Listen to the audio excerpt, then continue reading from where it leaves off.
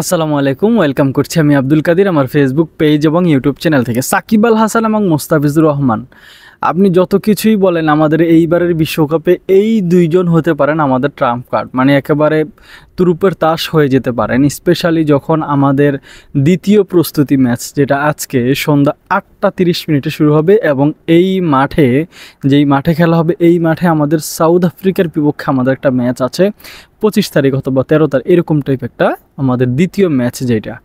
তো ওই রকমের একটা মাঠে যখন খেলা হবে, সেটার প্রতিপক্ষ আবার ভারত। আমি যে শিরোনামটা দিয়েছি আজকে সেটা হলো এই ম্যাচে, অন্তত ভারতের এই ম্যাচটা নিয়ে কথা বলবো। এই ম্যাচে আমাদের তুরুপের তাস হইতে পারেন মোস্তাফিজুর রহমান এবং আমাদের সাকিব আল হাসান।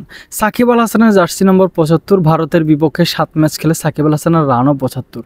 এখন সব থেকে মজার বিষয় হলো মোস্তাফিজুর রহমান তার ক্রিকেট কেরিয়ারটা শুরু করেছেন ভারতের বিপক্ষের পারফরমেন্স দিয়ে। তার মানে যেই সময় তিনি অভিষিক্ত হয়েছেন ওই সময়টাতে ভারতের বিপক্ষে মিরপুরে খেলা হয়েছে, সেই সময় মোস্তাফিজ এই পারফরমেন্স করেছেন, আউটস্ট্যান্ডিং পারফরমেন্স। পাশাপাশি ভারতের সাথে মোস্তাফিজের অন্যান্য আরও ভালো রেকর্ডও আছে।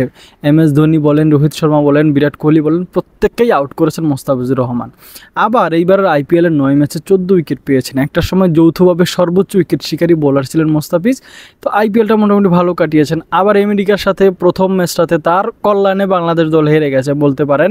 20 বলে যখন 50 রান দরকার, তখন 8 বলে মোস্তাফিজুর রহমান প্রায় 20+ রান দিয়ে দিয়েছেন।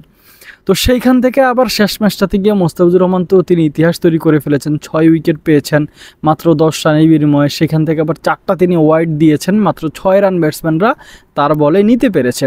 তো মোটামুটি মোস্তাফিজুর রহমান এইবারের IPL-এ, আপনি যদি তাসকিনের ইনজুরি নিয়ে যদি আপনার কনসার্ন থাকে, যদি তাসকিন আহমেদ সেই রিদমটা না ধরে রাখতে পারে, ইনজুরিতে পড়ার আগে যেই রিদমে তিনি ছিলেন, তখন তো আপনার মুস্তাফিজের উপর একটু বেশি ডিফেন্ডেড হতে হবে। কারণ মুস্তাফিজুর রহমান অভিজ্ঞ ক্রিকেটার, এর আগে বিশ্বকাপ খেলেছেন। মুস্তাফিজুর রহমান রিসেন্ট ফর্ম মোটামুটি ভালোই যাচ্ছে আমার কাছে মনে হচ্ছে শ্রীলঙ্কার বিপক্ষে। যদিও মুস্তাফিজুর রহমান আপনার 130+ রান দিয়েছেন, 11 ইকোনমিতে মাত্র 2 উইকেট পেয়েছেন 3টা ম্যাচে, তারপরে তিনি IPL-এ গিয়ে কিন্তু ভালোই করেছেন।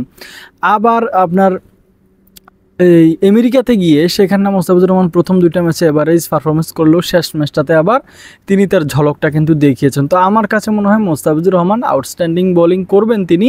অন্তত ভারতের বিপক্ষে তিনি হয়তো 2 থেকে 3টে ওভার করার সুযোগ পাবেন। তো এই 2-3 ওভারেই তিনি হয়তো মোটামুটি তার যে সেরাটা সেটা দেওয়ার চেষ্টা করেন। অপরদিকে সাকিব আল হাসানের কথা যদি বলতে হয়, তিনি এমন একটা অবস্থানে আছেন, মানুষ বলছে যে 1 নম্বর থেকে 2 নম্বরে নেমে যাওয়াটাকেই মানে আপনার পতন ধরা হয়। তো নিজেকে ওইভাবেই তৈরি করুন, যখন আপনি 1 নম্বরে থাকবেন, একদম সবার উপরে থাকবেন, তার থেকে এক ধাপ নিচে নামলেই যেন আপনাকে মানে আপনি ডিমোশন হয়েছে, আপনি ডিমোটিভেটেড হয়েছেন, এরকম কিছু যেন মানুষ ভাবতে থাকে। তো আমাদের সাকিব আল হাসান তিনি অলরাউন্ডারের যেই তালিকা, সেখান থেকে কোনো ফরম্যাটেই, টেস্ট বলেন, ODI বলেন, T20 বলেন, কোনো ব্যাটসম্যান বলেন, বোলিং বলেন, অলরাউন্ডার বলেন, কোনো দিকেই সাকিব আল হাসান এখন আর 1 নম্বর অলরাউন্ডার না।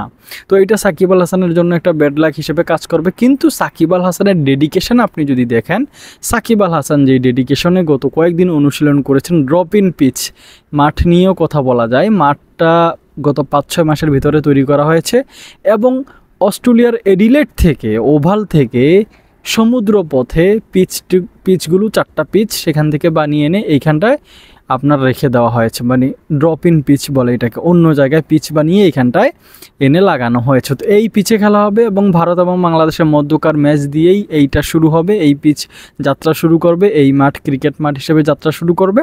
তো এইটা একটা রেকর্ড বাংলাদেশের জন্য। তো সাকিব আল হাসান এবং মোস্তাফিজুর রহমান এই দুইজন অন্তত ভারতের বিপক্ষের এই ম্যাচটাতে যদি জ্বলে উঠতে পারে, আমরা ভারতের সাথে একটা ফাইট কিন্তু দিতে পারবো।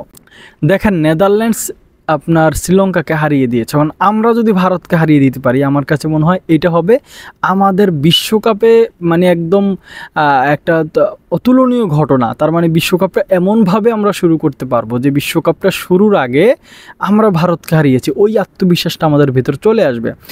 যুক্তরাষ্ট্রের সাথে ম্যাচটা আমাদের খুবই গুরুত্বপূর্ণ ছিল সেই ম্যাচটাতে, কারণ সেইখানটা আমাদের প্রথম ম্যাচ শ্রীলঙ্কার বিপক্ষে, যেটা 7 তারিখ আমরা খেলবো।